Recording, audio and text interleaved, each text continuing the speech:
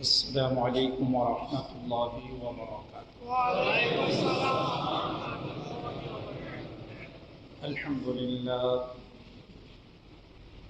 الحمد لله وكفى وسلام على عباده الذين اصطفى. أما بعد فقد قال الله تبارك وتعالى في كلامه المجيد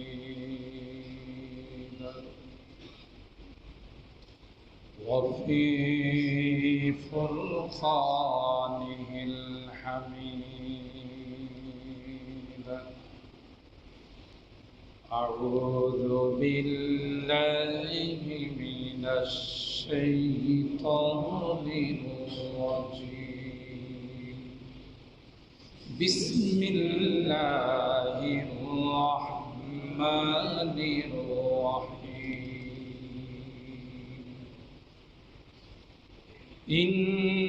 إنهم كانوا يسارعون في الخيرات ويدعونها رغبا ورهبا ويدعوننا رغبا ورهبا وكانوا لنا خاشعين.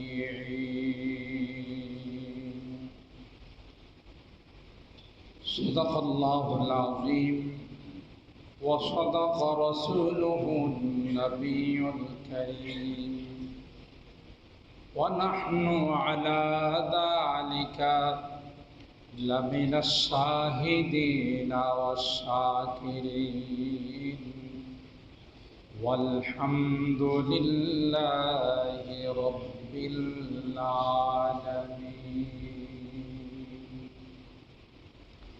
محبت সাথে দুরূদ শরীফ পড়ি। আল্লাহুম্মা সাল্লি আলা মুহাম্মাদিন ওয়া আলা আলি মুহাম্মাদ কামা সাল্লাইতা আলা ইব্রাহিম ওয়া আলা আলি ইব্রাহিম ইন্নাকা হামিদুম مجيد.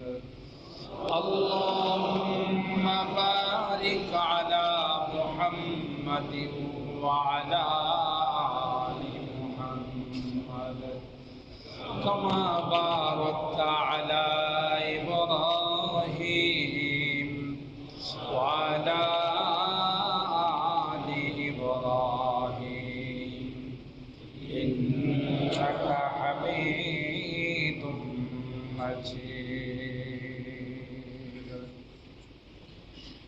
আলহামদুলিল্লাহ সুম্মা আলহামদুলিল্লাহ।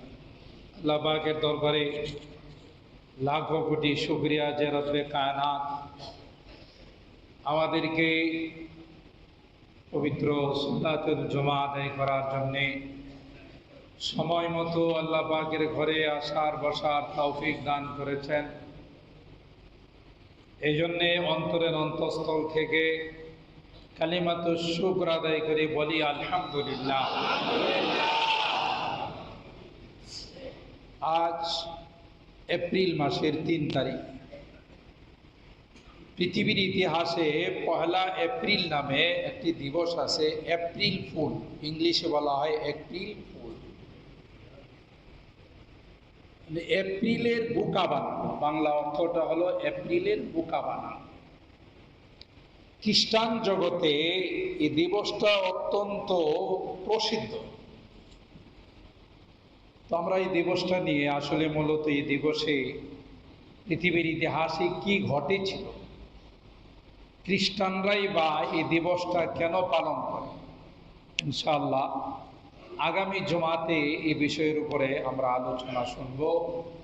আজকে এতটুকুন আমরা মনে রাখি, কোরআনে কারিমে আল্লাহ রাব্বুল আলামিন বহু আয়াত আমাদেরকে বারবার সতর্ক করেছেন, দেখো পৃথিবীর যত বিজাতিরা আছে, বিধর্মেরা আছে, এরা কিন্তু তোমাদের দুশমন, এরা কোনো অবস্থাতেই তোমাদের বন্ধু নয়।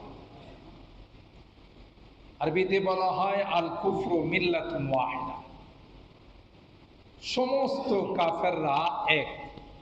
মুসলমানদের বেলায় মুসলমানদের ক্ষতি করার জন্যে তারা এক প্ল্যাটফর্মে দাঁড়ায়। কোরআনেও আল্লাহ তাআলা আমাদেরকে বারবার এ কথার জানান দিয়েছেন, ইয়া আইয়ুহাল্লাযীনা আমানু লা তাত্তাখিযুল ইয়াহুদা ওয়ান নাসারা আউলিয়া বা'দুহুম আউলিয়াউ বা'দ, এদেরকে তোমাদের অন্তরঙ্গ বন্ধু বানিও না, এরা একে অপরের বন্ধু। অন্য এক আয়াতে আল্লাহ রাব্বুল আলামিন ইরশাদ করেন, লাতাজিদান্না আশাদ্দান নাসি আদাওয়াতান লিল্লাযীনা আমানুল ইয়াহুদ ওয়াল্লাযীনা আশরাকু ওয়া লাতাজিদান্না আকরাবাহুম মাওয়াদ্দাতান লিল্লাযীনা আমানুল্লাযীনা ক্বালু ইন্না নাসারা। সবাই তো দুশমন, এর মধ্যে মুসলমানদের সবচেয়ে বড় দুশমন হলো ইহুদিরা, যা আমরা বর্তমান বিশ্বে তাকাইলেই দেখি। এই ছোট্ট একটি যাযাবর রাষ্ট্র, ইহুদি রাষ্ট্র, ইসরায়েল রাষ্ট্র, গোটা পৃথিবীর মধ্যে যত যুদ্ধ বিগ্রহ, যত রকমের অশান্তি, সবগুলোর মূলে হলো তাদের ষড়যন্ত্র। কাদের ষড়যন্ত্র? ইসরায়েল, ইহুদি সম্প্রদায়ের ষড়যন্ত্র। এদের রগের রেশায়, রক্তের মধ্যে খুনের পিপাসা ঢুকে আছে। এরা এত বড় খারাপ জাতি, কোরআনে কারীমে আল্লাহ রাব্বুল আলামিন বলেন, ওয়ায়াকতুলুনান নাবিয়্যিনা বিগাইরি হক ওয়ায়াকতুলুনাল্লাযীনা ইয়া'মুরুনা বিল কিসতি মিনান নাস। এদের যুগে এরা বহু নবীদেরকে পর্যন্ত হত্যা করছে। নাউযুবিল্লাহ। নবীরা কি সাধারণ মানুষ না? আল্লাহ পাকের প্রেরিত রাসূল, প্রেরিত মানব, বিশেষ মানব, নির্বাচিত মানব। তাদের মনের উল্টা যখন নবীদের দাওয়াত চলে গেছে, এরা সবাই একত্রিত হয়ে নবীদেরকে হত্যা করে ফেলছে। সমাজের মধ্যে যারা ভালো মানুষ, যারা ভালো ভালো কথা বলে, এই মানুষগুলোকেও তারা হত্যা করে ফেলছে। ওয়ায়ামুরুনান নাস বিল কিসত ওয়ায়াকতুলুনান নাস আল্লাযীনা ইয়া'মুরুনা বিল কিসতি মিনান নাস। মানুষের মধ্যে যারা ইনসাফের কথা বলে, ন্যায়পরায়ণতার কথা বলে, তাদেরকেও তারা হত্যা করে ফেলছে। এই জন্য কোরআনে কারীমে সূরা আল মাইদার মধ্যে আল্লাহ বলতেছেন, লাতাজিদান্না আশাদ্দান নাসি আদাওয়া লিল্লাযীনা আমানু আল ইয়াহুদ। কোরআনে কারীমের এই বাক্যটা অত্যন্ত স্ট্রংলি বাক্য, মজবুত, মুআক্কাদ, নুনে সাকিলা, লাম ইবতিদা, লাতাজিদান্না, অবশ্যই অবশ্যই নবী আপনি পাবেন, আশাদ্দান নাসি আদাওয়া, সবচেয়ে বড় দুশমন লিল্লাযীনা আমানু, মুসলমানদের, ঈমানদারদের। কারা? আল ইয়াহুদ, যারা ইহুদি সম্প্রদায়। এদের পাশাপাশি আছে মুশরিক এবং পৌত্তলিক সম্প্রদায়, পাশাপাশি আছে খ্রিস্টান সম্প্রদায়। এই জন্য আমাদের পার্শ্ববর্তী রাষ্ট্রের হিন্দুরা, এরা যারা কট্টরপন্থী, সবার কথা বলি না আমি, কট্টরপন্থীরা এরা ওপেন মিডিয়ার মধ্যে বলেই থাকে, দুনিয়া মে হামারি সবসে বড়ি দুশ্মন হে মুসলমান। এরা এই কথা বলেই বেড়ায় যে পৃথিবীর মধ্যে আমাদের সবচেয়ে বড় দুশ্মন আর শত্রু হলো কারা? বলুন তো দিকে, এদের সাথে আমাদের জমি জমা নিয়ে কোনো ঝগড়া আছে? টাকা পয়সা নিয়ে, সয় সম্পদ নিয়ে। কিন্তু কেন আমাদেরকে বড় দুশ্মন বলে? কোরআন আল্লাহ বলছে এদের কারোর সাথে দুশ্মনী নাই, অন্য কোনো ধর্মাবলম্বী যারা আছে তাদের সাথে দুশ্মনী নাই, মুসলমানদের সাথে দুশ্মন। তো এই জন্যে আল্লাহ রাব্বুল আলামিন কোরআনে কারীমের বহু আয়াতে আমাদেরকে সতর্ক করে দিয়েছেন, সাবধান, এদের সাথে আতাত করো না, এদের সাথে দোস্তি করো না, বন্ধুত্ব কায়েম করো না। এরা কিন্তু কোনোদিন তোমাদের বন্ধু হবে না, এরা একে অপরের বন্ধু। দেখেন না, এই যাযাবর রাষ্ট্র, ইহুদি যে রাষ্ট্রটা, ইসরায়েলের রাষ্ট্রটা, এটা কিন্তু ফিলিস্তিনের জায়গা। ইতিহাসের পাতা, এটা ফিলিস্তিনিদের রাষ্ট্র। এরা এদের কাছে ভিক্ষা চাইছে যে আমরা আসলে দেশে দেশে ঘুরে বেড়াই, আমাদের কোনো বসার জায়গা নাই, অস্থায়ীভাবে যদি আমাদেরকে একটু জায়গা দেন, আপনাদের এলাকায় একটু বসবাস করলাম, পরবর্তীতে আবার চলে যাব। বাংলাদেশ এটা কথা আছে যে সুই বসায়া কোড়া। এই একটু জায়গা দিল মুসলমানরা ফিলিস্তিনের, এখন মুসলমানদেরই জায়গা নাই, এরাই সব দখল করে, এরাই গোটা বিশ্বের মধ্যে তাদের রাজত্ব, গোটা বিশ্বের মধ্যে অশান্তি, যা যা আছে যত যুদ্ধ বিগ্রহ সবগুলোর গোড়া দিল ইহুদিদের হাত। ঠিক কিনা বলেন? এটা মনে রাখতে হবে, মুসলমান ইতিহাস ভুলে গেলে হবে না। কিন্তু দুঃখজনক হলো সত্য, বর্তমান বিশ্বের মুসলমানদের অধিকাংশ মুসলমান হয়ে গেছে মুনাফেক মার্কা মুসলমান, কট্টর মুনাফেক। যাই আছে মুসলমান পৃথিবীর মধ্যেই 3 ভাগের 2 ভাগ মুসলমান আছে, কিন্তু এই মুসলমান যদি ঐক্যবদ্ধ হয়ে যায়, মুসলমানদের মধ্যে যদি মুনাফেকই না থাকতো, সব এক কাতারে যদি দাঁড়িয়ে যাইতো, এই বিজাতিরা, ইহুদিরা, খ্রিস্টানরা পলানোর জায়গা পাইত না। কারণ আল্লাহ কোরআনে কারিমে মুসলমানদের সাহসের কথা বলছেন, কোরআনে কারিমে মুসলমানদের বুদ্ধিমত্তার কথা বলছেন, যে মুসলমানদের দিলে আমি এত সাহস দিয়েছি, একটা মুসলমান যদি সাহস নিয়ে 10টা কাফের বেঈমানের সামনে দাঁড়িয়ে যা, 10টা কাফের একটা মুসলমানদের মোকাবেলা করার ক্ষমতা রাখে না। তাইলে অঙ্ক হিসাবে 3 ভাগের 1 ভাগে যদি ওরা যদি 2 ভাগ বিষয়, একজন মুসলমানের সামনে তো 10 জন দাঁড়ানোর কি রাখে না, ক্ষমতা রাখে না। কোরআনের কথা, ইয়া আইয়ুহান নাবিয়্যু হাররিদিল মুমিনিনা আলাল কিতাল ইয়াকুম মিনকুম 20 সাবিরুনা ইয়াগলিবু মিআতাইন ওয়া ইয়াকুম মিনকুম মিআতু ইয়াগলিবু আলফাম মিনাল্লাযীনা কাফারু বিআন্নাহুম কওমুন লা ইয়াফকাহুন। কোরআনে আল্লাহ কথা বলছেন, তোমাদের সাহস, আসলে মুসলমানদের সাহস অনেক বেশি। দেখেন না, বাংলাদেশের সেনাবাহিনী বিশ্ব শান্তি রক্ষী বাহিনীতে যেখানেই যায়, কারণ এরা মুসলমান, যেখানেই যায় ওরা বাংলাদেশের সুনাম কুড়িয়ে নিয়ে আসে। এতটা সাহসিকতার পরিচয় দিয়ে, এতটাই সুন্দর সুষ্ঠুভাবে শান্তি মিশন পরিচালনা করে, যেখানে যায় এখানে বাংলাদেশের সেনাবাহিনীর সুনাম। কারণ একটাই, এরা মুসলমান, এরা সাহসওয়ালা। কথা বলেন ঠিক কিনা? তো এটা তারা বুঝতে পারছে, এরাও তো কোরআন নিয়ে স্টাডি করে, মুসলমানদের ধর্মগ্রন্থ নিয়ে তারা স্টাডি করে, বুঝতে পারছে কোরআনে যে কথা বলছে এটা অসত্য হতে। 2 নম্বর, মুসলমানদের বড় শক্তি হলো মুসলমানদের অভিভাবককে। বলেন কে? যালিকা বিআন্নাল্লাহা মাওলাল্লাযীনা আমানু ওয়া আন্নাল কাফিরিনা লা মাওলা লাহুম। আল্লাহ কোরআনে কারীমের মধ্যে বলেন, হে মুসলমান, তোমাদের কাছে যদি অস্ত্র নাই, তোমাদের কাছে পারমাণবিক নাই, অ্যাটম বোম নাই, ক্রুজ ক্ষেপণাস্ত্র নাই, বিভিন্ন অগ্নিয়াস্ত্র তোমাদের কাছে না আছে, কিন্তু মনে রাখবে আমি আল্লাহ তোমাদের অভিভাবক। আল্লাহ যাদের অভিভাবক হয়, দেখছেন না বদরের যুদ্ধে আল্লাহ কি দেখাইছেন? 313 জন মুসলমান নিরস্ত্র মোকাবেলা করছে 1000 সশস্ত্র কাফেরদের। ঠিক না? বিজয় কারা হলো? বলুন, মুসলমান বিজয়।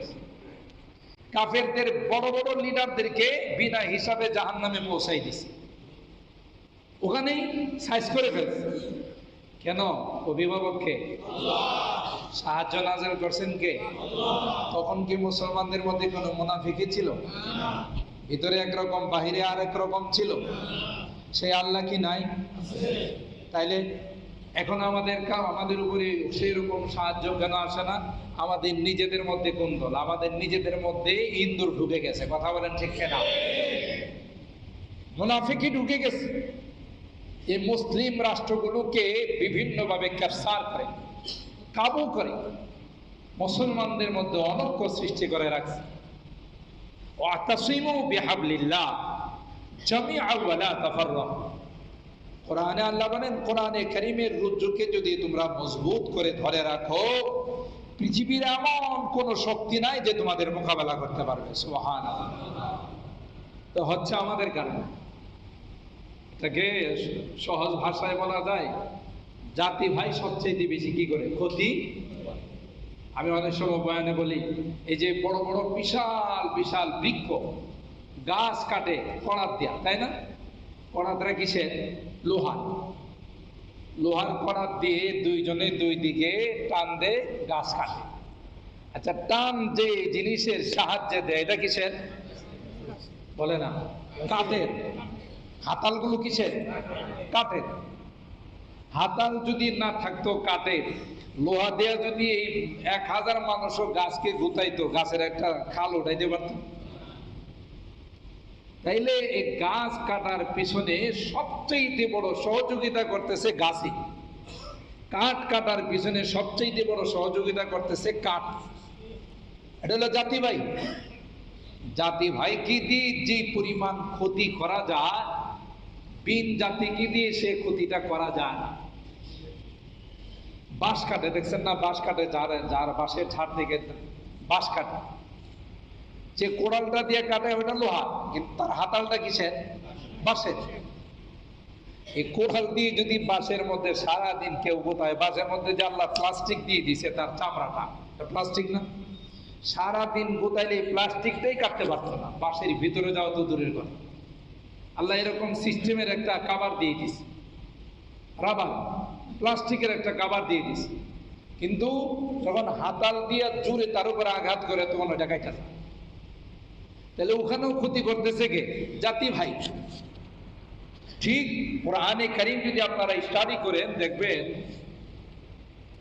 সূরা আল বাকারার শুরুতে 5টি আয়াত আল্লাহ তাআলা মুত্তাকিনদের সম্পর্কে আলোচনা করছেন। আলিফ লাম মিম যালিকাল কিতাব লা রাইবা ফি হুদাল লিল মুত্তাকিন। এরপরে বাকি 5টি আয়াত মুত্তাকিনদের সম্পর্কে, ঈমানদার মুমিনদের সম্পর্কে। এরপরে মাত্র 2টি আয়াত, সেটা হলো কাফির বেঈমানদের সম্পর্কে। ইন্নাল্লাযীনা কাফারু সাওয়াউন আলাইহিম আনযারতাহুম আম লাম তুনযিরহুম লা ইউমিনুন খাতামাল্লাহু আলা কুলুবিহিম ওয়া আলা সামঈহিম ওয়া আলা আবসারিহিম গিশাওয়া ওয়া লাহুম আযাবুন আযীম। এরপর থেকে অমিনান নাসি মান ইয়াকুলু, দীর্ঘ 13টি আয়াত আল্লাহ মুনাফিকদের সম্পর্কে নাযিল করেছেন। মুনাফিকের বিষয়টা কি সহজ না জটিল? বলেন। সেই জন্য আল্লাহ সূরা আল বাকারার শুরুতে 5 আয়াত মুত্তাকিনদের সম্পর্কে, 2 আয়াত কাফের বেঈমানদের সম্পর্কে, আর 13টি আয়াত বিভিন্ন উপমা দিয়ে বিভিন্নভাবে তাদের চরিত্রের কথা বর্ণনা করে মুনাফিকদের সম্পর্কে আল্লাহ নাযিল করে এই কথাই বোঝাইছেন, দেখো কাফের বেঈমানরা এতটা জটিল নয় যে পরিমাণ জটিল হলো মুনাফিক। ঠিক কিনা বলে? আজকে বর্তমান বিশ্বে একই অবস্থা। এই মুনাফিকের কারণে মুসলমানরা মার খাচ্ছে, অনৈক্যের কারণে মুসলমানরা মার খাচ্ছে, নিজেদের মধ্যে দলাদলি আর কুন্দলের কারণে মুসলমানরা এক হতে পারতেছে না। আর এই সুযোগটা নিচ্ছে এই কাফের বেঈমানরা, ইহুদি খ্রিস্টানরা। কথা বলেন ঠিক কিনা? এই যে ডোনাল্ড ট্রাম্পকে যদি আমেরিকা যদি মুসলমানরা বিভিন্ন ঘাটে না দিত, সেই 7 সমুদ্র পাড়ি দিয়ে এসে হামলা করতে পারত? এই আমরাই দিতেছি, আমরাই আমাদের উপর হামলা করতেছি। এই জন্যে কোরআনে কারীমে আল্লাহ রাব্বুল আলামিন এই মুনাফিকির থেকে বারবার সতর্ক করেছেন। কাফের বেঈমানরা জাহান্নামের যে তফকাতে জ্বলবে, যে তফকাতে তাদেরকে শাস্তি দেওয়া হবে, তার চেয়ে অনেক অনেক কঠিন তফকাতে শাস্তি দেওয়া হবে মুনাফিকদেরকে। ইন্নাল মুনাফিকিনা ফি দারকিল আসফালি মিনান নার ওয়া লান তাজিদা লাহুম নাসীরা। হাদিসের মধ্যে আছে দৈনিক 70,000 বার অন্যান্য জাহান্নামের তফকা মুনাফিকদের তফকা থেকে বানা যায়। তাহলে কি পরিমাণ কঠিন শাস্তি মুনাফিকদের। সমাজের মধ্যেও যত ঝগড়া ফাসাদ হয় মুনাফিকের কারণে, আপনার কাছে একরকম, আমার কাছে আরেক রকম। কথা বলেন ঠিক কিনা? আপনার কাছে আইসা বলবে একরকম কথা, আরেকজনের কাছে যা আরেক রকম। কথার কোনো ঠিক নাই, বলছে অসৎ করে অস্বীকার করে বানাইছে। না না, আমি জীবনের কথা বলি নাই। মুনাফিকদের যে তিনটা নিদর্শন হাদিসের মধ্যে সহিহ বুখারী শরীফ সহ বিভিন্ন সিয়াসিতার কিতাব আছে, এটা হাদ্দাসা কাদাব, কথাই কথাই মিথ্যা বলে। এরকমের লোক তো আমাদের সমাজে নাই বললেই চলে, আছে না? ওয়াইদা ওয়াদা আখলাফা, ওয়াদা করলে এটা কি করে? খেলাফ করে, ওয়াদার পর খেলাফ করে। ওয়াইদা তুমিনা খানা, কোন আমানত রাখলে খেয়ানত করে। আল্লাহ নবী হাদিস বলে গেছে। আরেকটা আলামতের কথা বলছেন অন্য হাদিসে, ওয়াইদা আহাদা গাদারা, কোন অঙ্গীকার করলে ভঙ্গ করে। এগুলো আমাদের মধ্যে অহরহ পাওয়া যায়। কথায় কথায় মিথ্যা বলি, কথায় কথায় ওয়াদা খেলাফ করি, তাই না? আজকে দিব না, আজকে দিতে পারলাম না, কালকে দিব, কথায় কথায় ওয়াদা খেলাফ। আমানত রাখলে আমানতের খেয়ানত। যাই হোক, ইনশাআল্লাহ এই বিষয়টার উপর আমি আগামী জমায় এপ্রিল ফুল, এপ্রিলের পোকা বানানো, এটা কি ঘটনাটা ঘটছিল, যদিও লং টাইম নাই, সংক্ষিপ্ত আকার আপনাদের খেদমতে আগামী জুমাতে আলোচনা করব ইনশাআল্লাহ। আজকে যে আয়াতে কারিমা তিলাওয়াত করেছি সূরাতুল আম্বিয়া 90 নম্বর আয়াত। আল্লাহ রাব্বুল আলামিন এই আয়াতে কারিমায় ইরশাদ করেন, ইন্নাহুম কানু ইউসারিউনা ফিল খায়রাত ওয়া ইয়াদউনানা রাগাবা ওয়া রাহাবা। সমস্ত নবীদের কথা আল্লাহ বলতেছেন, কোনো একজন নবী না, যে নবী রাসূলগণ, পয়গম্বরগণ, আল্লাহ প্রদত্ত ব্যক্তিগণ, আল্লাহর প্রেরিত রাসূলগণ, এরা ভালো কাজে সব সময় প্রতিযোগিতা করত। ভালো কাজে তাদের মধ্যে খুব মুসাবাকাত ছিল, খুব প্রতিদ্বন্দ্বিতা ছিল, কম্পিটিশন ছিল তাদের মধ্যে। আর 2 নাম্বার গুণ আল্লাহ বয়ান করতেছেন, ওয়ায়াদউনানা রাগাবা ওয়া রাহাবা। এরা আমার কাছে চাইতো, সমস্ত নবী রাসূলরা, ভয় এবং আশা নিয়ে। ওয়ায়াদউনানা রাগাবা ওয়া রাহাবা, আশা আমার ইচ্ছা আল্লাহ পূরণ করবেন। আল্লাহ যেহেতু অসীম দয়ালু, আমি যা চাইতেছি আল্লাহ সেটা পূরণ করবেন। আবার ভয় ছিল, না জানি আল্লাহর কাছে কবুল হয় কিনা। আর এই জন্য বলা হয় আল ঈমান বাইনাল খাউফি ওয়ার রাজা, যে ঈমান মানে হলো ভয় এবং আশা, দুইয়ের মাঝে ঈমানের বাসা। ভয়ও থাকতে হবে, আশাও থাকতে হবে। একেবারে শুধু ভয় আর ভয়, হায় হায় কি হবে কি হবে কি হবে, এটাও ইসলাম আর কোরআনের রীতি না। কখনো কখনো দেখা যায় কোনো কোনো পিশাব, কোনো কোনো মুফাসসির, কোনো কোনো বয়ানী মাহফিল যখন শুরু হয়, শ্রোতাদেরকে শুধু কাঁদাইতেই থাকে, আছে না এরকম? আরে জাহান্নামে জ্বলতেছে, সাপে কামড়াইতেছে, বিচ্ছু কামড়াইতেছে, কি হবে, ফেরেশতারা পিটাইতেছে। মানে জান্নাতে যে যাওয়া যাবে এই জাতীয় কোনো কথাই কয় না, যে আল্লাহ জান্নাতে যাওয়ার রাস্তা খোলা রাখছেন, আল্লাহ সুসংবাদও দিয়েছেন জান্নাতের, আছে না? আমা আরসালনাকা ইল্লা মুবাশশিরা ওয়া নাযীরা। আল্লাহ বলতেছেন, হে নবী, আপনাকে সুসংবাদদাতা এবং ভয় ভীতি প্রদর্শনকারী হিসাবে পাঠাইলাম। নাকি একটা বলছে, একটা হলো সুসংবাদদাতা, আর একটা হলো ভয় ভীতি প্রদর্শনকারী। তো কোরআনের নীতি এরকম। কোরআনে আল্লাহ যেখানে জান্নাতের কথা বলছেন সেখানে জাহান্নামের কথা বলছেন, যেখানে শাস্তির কথা বলছেন সেখানে আল্লাহ রহমতের কথা বলছেন। নব্বি ইবাদি আন্নী আনাল গফুরুর রহিম ওয়া আন্না আযাবি হুয়াল আযাবুল আলীম। ও নবী, আপনি আমার বান্দাদেরকে জানাই দেন, আন্নী আনাল গফুরুর রহিম, আমি কিন্তু বহুত বড় দয়ালু, বহুত বড় মেহেরবান। আমি কিন্তু মা বাবা সহ পৃথিবীর যারা আছে সবার চেয়ে বেশি দয়ালু। সুবহানাল্লাহ। কারণ 100 ভাগ রহমতের 1 ভাগ মাত্র গোটা পৃথিবীতে বন্টন করছে, মানব দানব কুল কায়নাত সৃষ্টি। আর 99 ভাগ রহমত কার কাছে রাখছে? তাহলে রহমত, দয়া, মায়া, প্রেম, ভালোবাসা আল্লাহর বেশি না মা বাবার বেশি? মানুষের বেশি না আল্লাহর বেশি? সুতরাং আমি বহুত বড় মেহেরবান, বহুত বড় দয়ালু। বান্দার প্রতি আমার দয়ার কোনো সীমা নাই। গুনাহগারদেরকে আমি ডাকি, যারা মূর্তি দেবতার সামনে মাথা নত করে তাদেরকে আমি ডাকি। কারণ ওদেরকে তো মূর্তি বানাই নাই, বানাইছি কে? বানাইছি তো আমি, পালতিছি আমি, অক্সিজেন দিতেছি আমি, বিদ্যুৎ দিতেছি আমি, রিজিক সরবরাহ করতেছি আমি। মূর্তির কিসের অবদান? তো সুতরাং আমি বান্দাকে ডাকি, ইয়া ইবাদিয়াল্লাযীনা আসরাফু আলা আনফুসিহিম লা তাকনাতু মির রাহমাতিল্লাহ ইন্নাল্লাহা ইয়াগফিরুয যুনুবা জামিআ ইন্নাহু হুয়াল গফুরুর রহিম। গুনাহগার বান্দাকে আল্লাহ ডাক দেয়া কই, ইয়া ইবাদি, এ আমার বান্দা। কারণ বীর্য থেকে তোমাকে মূর্তি দেবতা বানায় নাই, তোমার মালিক তোমাকে বানায় নাই, তোমার মা বাবা তোমাকে বানায় নাই। কারণ পৃথিবীর কোনো শক্তি নাই যে পানির মধ্যে কোনো আর্ট করতে পারে, পানির মধ্যে কোনো ডিজাইন করতে পারে, পানির মধ্যে কোনো নকশা করতে পারে। একমাত্র কেবলমাত্র শুধুমাত্র আমি আল্লাহর ক্ষমতা। আমি তোমার নাপাক পানির মধ্যে এত সুন্দর করে তোমার ডিজাইন করেছি, এত সুন্দর করে তোমার ডিজাইনটা, তোমার স্ট্রাকচারটা আমি আল্লাহ সাজাইছি। পৃথিবীর সব কিছু থেকে তোমাকে সুন্দর করে বানাইলাম। তুমি মার পেটে ছিলা, ওখানেও তোমার রিজিকের ব্যবস্থা করলাম। পৃথিবীর কেউ তোমার রিজিক ওখানে পার্সেল করে নাই, না মা বাবা, না দাদা দাদি, না বংশের কেউ। আমি আল্লাহ তোমার মার নাভির সঙ্গে, তোমার মার নারের সঙ্গে কানেকশন করে দিয়েছি। তুমি ওখান থেকে মার রক্তগুলো চুষে চুষে ওখানে তুমি আস্তে আস্তে বড় হতে লাগলা। এই খাবারের ব্যবস্থা কে করছেন? এ বান্দা, গুনাহ করছো, নাফরমানি করছো, এমন কি শিরিক করছো, কুফর করছো, মূর্তি দেবতার সামনে হরে কৃষ্ণ হরে রাম বলছো, অনেক কিছু করছো, মাথা নত করছো। তারপরেও কিন্তু আমি বানাইছি, এরপরেও কিন্তু তোমার অক্সিজেন আমি বন্ধ করি না। বন্ধ করেন? অক্সিজেন বন্ধ করলে কি আমরা জীবিত থাকতাম? এক মুহূর্তের জন্য যদি অক্সিজেন বন্ধ হয়ে যেত, সব মারা যেত। আল্লাহ বলেন, তোমার অক্সিজেন বন্ধ করি না, তোমার বিদ্যুৎ বন্ধ করি না, তোমার রিজিক বন্ধ করি না।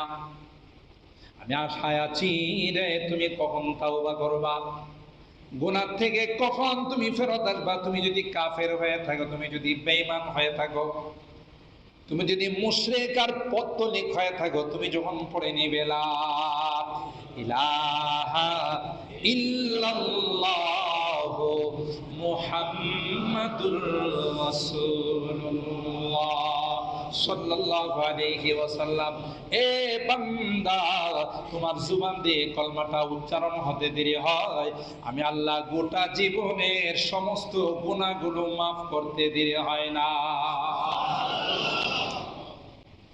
সমস্ত গুনাহগুলো অল ডিলিট হয়ে যায়, কারণ তুমি আমার কলমা স্বীকার করে নিছো। গোটা জীবন তুমি ডাকছো ইয়া সানাম, ইয়া সানাম, ইয়া সানাম। সনম মানে হলো মূর্তি, মূর্তি। দেবতারে ডাকলা 24 ঘন্টা, দেবতাকে ডাকলা ইয়া সনম। হরে কৃষ্ণ হরে রাম বলে সারাদিন ডাকলা, কোনো জবাব দেয় না। জবাব দেওয়ার মতো তার কোনো ক্ষমতা আছে? বলেন আছে? বান্দারে 24 ঘন্টা তুমি মূর্তির সামনে গিয়ে ইয়া সনম, ইয়া সনম, মূর্তিকে তুমি ডাকলা, কিন্তু কোনো জবাব দেয় নাই। একদিন তুমি ভুলে বলে ফেললা ইয়া সমাদ। কি বলে ফেললা? ইয়া সামাদ। আমার 99টা গুণবাচক নামের একটা নাম হলো as-সামাদ। কুল হুয়াল্লাহু আহাদ আল্লাহুস সামাদ। ভুলে তুমি সনমের জায়গায় সমাদ বলে ফেলছো। আমি আসমান থেকে সাথে সাথে তোমার জবাব দিলাম, লাব্বাইক ইয়া আবদি। বান্দারে, তুই এতদিন ডাক দিস না, তোর ডাকের অপেক্ষায় আমি বসাছিলাম। সুবহানাল্লাহ। সন্তানটা 2 বছর 3 বছর যখন হয়ে যায়, আম্মু বলে ডাকে না, আব্বু বলে ডাকে না। হুজুরদের কাছে নিয়ে যায়, হুজুর একটু ফু দিয়া দেন। কি হয়েছে? আব্বু ডাকে না, আম্মু ডাকে না। বড় আশা নিয়ে তাকাই থাকে যে কোনোবার একটা বার সন্তানের মুখ দিয়া আব্বু আম্মু শব্দটা বের হয় কিনা। দাদা আশায় থাকে যে দাদু বলে কিনা, দাদা বলে কিনা, ঠিক কিনা বলেন? নানায় আশা থাকে, নানা বলে কিনা। একটা ডাকের অপেক্ষায় থাকে, ডাক দিতে দেরি হয়, সন্তানটাকে কোলে নিয়ে চুমু খাইতে দেরি হয় না, ঠিক কিনা বলেন? যদি মা বাবার ভিতরে এত আগ্রহ থাকে, এত মায়া আর ভালোবাসা থাকে, মাত্র 1 ভাগ ভালোবাসার মহব্বতের কারণে 99 ভাগ ভালোবাসা তো আমি আল্লাহ আমার কাছে রেখে দিলাম। তাই কি আমার মনে চায় না বান্দা তুই একটা বার আমাকে আল্লাহ বলে ডাক দিবে? সুতরাং তুমি যখন ভুল পথে ছিলে, এতদিন যখন সনম বলে ডাকতেছিলে, এখন যখন তুমি বলে ফেললে হোক ভুলে ইয়া সামাদ, ডাক দিতে দেরি হয় রে বান্দা, আসমান থেকে আমি আল্লাহ জবাব দিতে দেরি হয় না, আমি সাথে সাথে বলে ফেললাম লাব্বাইক ইয়া আবদি। সুতরাং আল্লাহ সবাইকে, গুনাহগারদেরকে ডাকে যে তুমি আমার বান্দা, বানাইছি আমি, খাওয়াই আমি, দুনিয়াতে বসবাসের জায়গা আমি করে দিলাম। অসুখ হলে সুস্থ করে কে? না ওষুধে? ওষুধে সুস্থ করে? ডাক্তারে? না ওসিলা। সুস্থ করার মালিক কে? অসুস্থ করার মালিক কে? অসুস্থ নিয়ামত, সুস্থ নিয়ামত।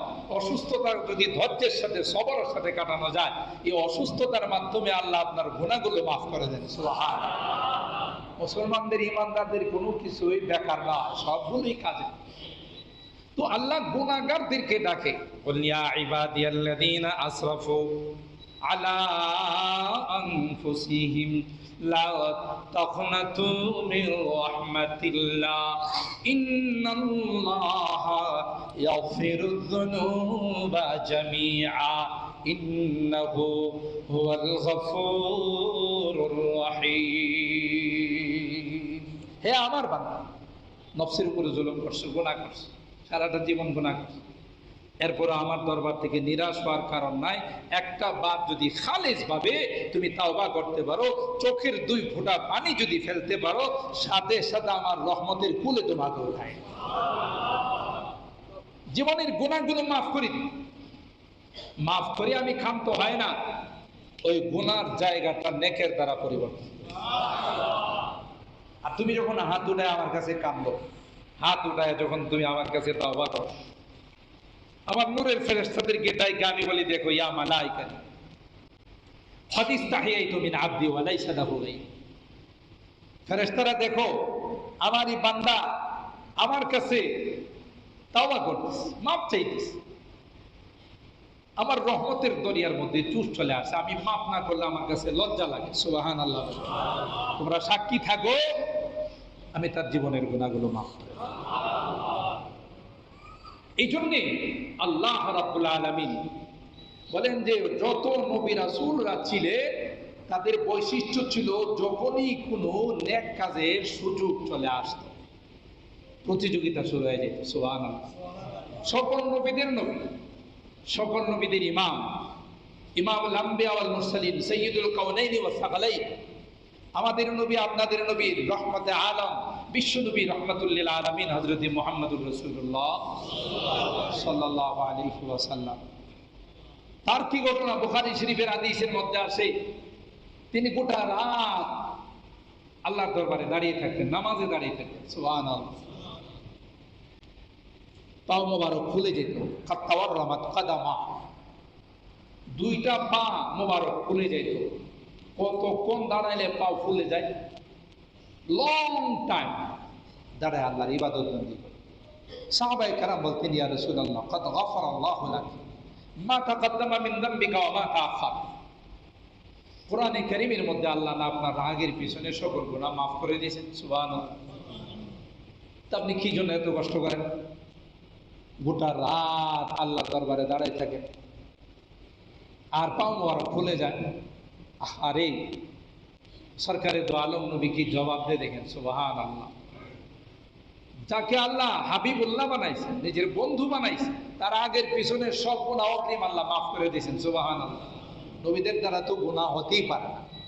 আল আম্বিয়া কুল্লুহুম মাসুমুন, সমস্ত নবীরা নিষ্পাপ, ঠিক কিনা বলেন?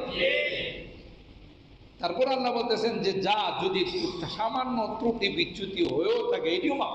সুবহানাল্লাহ। তা আপনি এত কষ্ট করেন কা? আল্লাহর হাবিব কি জবাব দেন? আফালা আকুনা আবদান শাকুরা। উম্মতেরা রে, আল্লাহ পাক যে আমাকে মাফ করে দিলেন, এটা আল্লাহর বহুত বড় মেহেরবানি, আল্লাহর অশেষ দয়া। আমি মুহাম্মদের উপর আল্লাহ এত বড় দয়া করছেন, আল্লাহ আমার উপর ইহসান করছেন, আল্লাহ আমার উপর এরকম মেহেরবানি করছেন, তাই শুকরান লিল্লাহ। আল্লাহ পাক যে আমার উপর এত বড় দয়া করছেন, তাই আমি এই শুকরিয়ার নিয়ামতের শুকরিয়া আদায় করতেছি নামাজের মধ্যে দাঁড়াইয়া। আল্লাহর শুকর বান্দা, শুকর গুজার বান্দা হওয়ার জন্য। এই জন্য আল্লাহ বলতেছেন ইন্নাহুম কানু ইউসারিউনা ফিল খায়রাত। সকল নবীরা ভালো কাজের মধ্যে প্রতিযোগিতা করতেন, কে কার চাইতে ভালো কাজ করতে পারে। নবীদের সাহাবী, আল্লাহর নবীর সাহাবী সাহাবায়ে কেরাম রিদওয়ানুল্লাহি তাআলা আলাইহিম আজমাইন, যখন এই নেক কাজের কোনো আহ্বান করা হয়েছে যে আজকে আল্লাহর রাস্তায় দান করা লাগবে, হযরত আবু বকর সিদ্দিক রাদিয়াল্লাহু তাআলা আনহু ঘরে যা ছিল সব নিয়ে উপস্থিত। সুবহানাল্লাহ। হযরত ওমর ফারুক রাদিয়াল্লাহু তাআলা অর্ধেক মালামাল নিয়ে চলে আসছে, আর মনে মনে ভাবতেছে আজকে আবু বকর আমার সাথে পারবে না, কারণ আমার মালামাল তো বেশি, আবু বকরের আর আছে। যখন আল্লাহর নবীর দরবারে হাজির করলো, আল্লাহর হাবিব জিজ্ঞাসা করেন, উমর কি নিয়ে আসলা? কয় পয়গম্বর, আমার ঘরে যা ছিল তার 50% নিয়ে আসছি। আবু বকর তুমি কি নিয়ে আসলা? কয় হুজুর যা ছিল কিছুই রাখি না, সব নিয়ে আসছি। সুবহানাল্লাহ। তাহলে ওমর আছে কত? অর্ধেক। আর আবু বকর রাদিয়াল্লাহু তাআলা আনহু ঘরে কি রাইখা আসলা? আবু বকরকে আল্লাহর হাবিব জিজ্ঞাসা করেন, কয় আল্লাহ এবং আল্লাহর রাসূলকে ঘরে রাইখা আসছি। সুবহানাল্লাহ। ওমর ফারুক রাদিয়াল্লাহু তাআলা আস্তে করে মাথাটা নিচু করে, এই বুড়ার সাথে পারি নাই আর পারব না। সুবহানাল্লাহ। আবু বকরের সাথে পারি নাই কখনো আর। এবার মনে করছিলাম যে অর্ধেক জিতে নিয়ে আসছে, আমারটা বেশি, আবু বকরের কম হবে। আবু বকর তো সবই নিয়েছে। প্রতিযোগিতা। উলাইকা ইখতারাহুমুল্লাহ লিসুহবাতি নবিয়িহি ওয়া লিইকামাতি দীনিহি। আল্লাহ তাদেরকে পয়গম্বরের সাহাবী হওয়ার জন্য নির্বাচিত করেছেন। সুবহানাল্লাহ। তো সুতরাং আমরা যেহেতু সে হাবিবে পাকের উম্মত, হাবিবে কিবরিয়ার উম্মত, আমাদের মধ্যে যখনই কোনো নেক কাজের সুযোগ চলে আসবে কি করতে হবে? প্রতিযোগিতা করতে হবে। আলহামদুলিল্লাহ, বিশেষ করে আমাদের মা বোনরা নফল রোজাগুলো যখন কোনো সুযোগ হয়, মা বোনদের মধ্যে এর খুব পাবন্দি দেখা যায়। ইদানিংকালে আমাদের যুবকদের মধ্যে, আমাদের মুসল্লিদের মধ্যে মাশাআল্লাহ এই যে শাওয়াল মাসের রোজা চলতেছে, অনেকে আলহামদুলিল্লাহ এটা একটা নফল, আপনার না রাখলে কোনো শাস্তি, কথা বলেন হবে? যদি শাওয়াল মাসের রোজা না রাখেন কোনো শাস্তি নাই, কোনো গুনাহ নাই, কিন্তু রাখলে সব আছে না নাই? মনে আছে সবের কথা? এর আগের জমায় যে বলছিলাম কি সব? শাওয়ালের 6টা রোজা রাখলে গোটা বছর রোজা রাখার সব হয়। চারটিখানি কথা। আবার এই কথা বললেন না তাহলে রমজানের রোজা রাখবো না, রমজানের রোজা রাখলে তো 1 মাস, শাওয়ালের 6টা রাখলে যদি গোটা বছর পাওয়া যাবে, রমজান একটা বাদ দিয়া। রমজানের রোজা কি নফল না ফরজ? ওইটার সাথে মিলাই কয় হয় 36টা রোজা হয়। বলছিলাম আমি হিসাব, এই 36টা রোজা হলে আল্লাহ কমপক্ষে একটা রোজাতে 10টা রোজার সব দান করেন। সেই হিসাবে 360 দিন এক বছর হয়, গোটা বছরের সব পাওয়া যাবে। তাহলে এই যে একটা নফল ইবাদত, এই নফল ইবাদত করার জন্য প্রতিযোগিতা করা, যে নফলের যখনই চাঁদ চলে আসবে, সুযোগ চলে আসবে, আমি সেটাতে অংশগ্রহণ করব। কোনো কষ্টের বিষয় না, কষ্ট লাগেও না। আপনি চারের সময় কিছু খায়া রোজা রাখা শুরু করে দিলেন, আবার ইফতারের সময় ইফতার করিলেন, দিন খুব একটা বেশি বড় না, মাঝামাঝি অবস্থায় আছে। তো এই জন্য আমরা এই নফলগুলোতে প্রতিযোগিতা করবো ইনশাআল্লাহ, কারণ এটা নবীদের আমল, শুধু আমাদের নবী না, সকল নবীদের আমল। আল্লাহ বলতেছেন ইন্নাহুম কানু ইউসারিউনা ফিল খায়রাত। সকল নবীরা এই সকল নেক কাজের মধ্যে কি করতেন? প্রতিযোগিতা করতেন, কে কার চেয়ে বেশি করতে পারে। আর নেক আমল করার পর চাইতেন কার কাছে? বলেন কার কাছে? আল্লাহর কাছে। ওয়ায়াদউনানা রাগাবা ওয়া রাহাবা। আল্লাহ আমি তো করলাম, সওয়ালে 6টা রোজা রাখলাম, জানি না তুমি কবুল করলা কিনা, ঠিক কিনা বলেন?